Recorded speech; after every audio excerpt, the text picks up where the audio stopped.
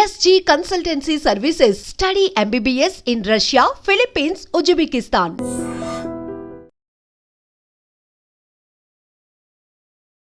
మెదక్ జిల్లా ఔరంగాబాద్లో అయితే దారుణం చోటు చేసుకుంది. ఒక కసాయి కొడుకు తండ్రి 2000 కోసం నాలుక కోయడం జరిగింది అతి కిరాతకంగా కొడవలతో. ఒకసారి అర్థం చేసుకోండి, ఈ సమాజం ఏమైపోతుందో ఎటు వెళ్తుందో అర్థం కావట్లేదు. అంటే వీళ్ళు కొడుకుల్ని పెంచట్లేదు, బిడ్డల్ని పెంచలేదు, ఒక మృత్యువుని పెంచుకున్నట్లు అయిపోతుంది పరిస్థితి. మనం జీడిమెట్లలో చూసాము, ఒక కన్న తల్లిని ప్రేమ కోసం చంపేయడం జరిగింది. అంతకుముందు పదవి కోసం కన్న తండ్రిని చంపడం జరిగింది. ఇప్పుడు మళ్ళీ వెలుగులోకి వచ్చిన ఘటన ఏంటంటే 2000 కోసం కన్న తండ్రిని నాలుక కోసాడు అతి కిరాతకంగా.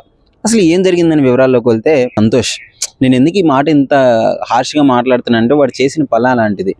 2000 కోసం కన్న తండ్రి నాలుక కోస్తారు ఎవరైనా? సో అయితే 2000 రైతు భరోసా పడింది, రైతులకు రైతు భరోసా పడుతుంది కదా. సో దానికి 6000 అయితే పట్టడం జరిగింది.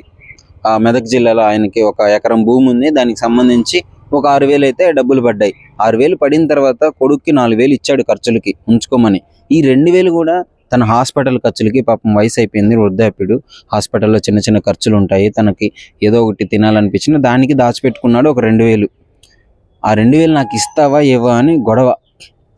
తండ్రి చెప్పడం జరిగింది, ఈ 2000 నా హాస్పిటల్ ఖర్చుకి నేను వాడుకుంటున్నాను, నాకు హెల్త్ బాగాలేదు అని చెప్పినా కూడా వినకుండా ఆ 2000 నాకు ఇస్తావా లేదు అని చెప్పేసి వీళ్ళిద్దరి మధ్య ఒక ఘర్షణ అయితే మొదలైంది.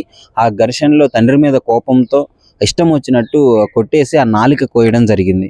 అంటే ఆ గాడిదిలా ఉన్నాడు. ఆ ఫోటో మీకు క్లియర్గా చూపిస్తాను, చూడండి, స్క్రీన్ మీద ప్లే అవుతుంది.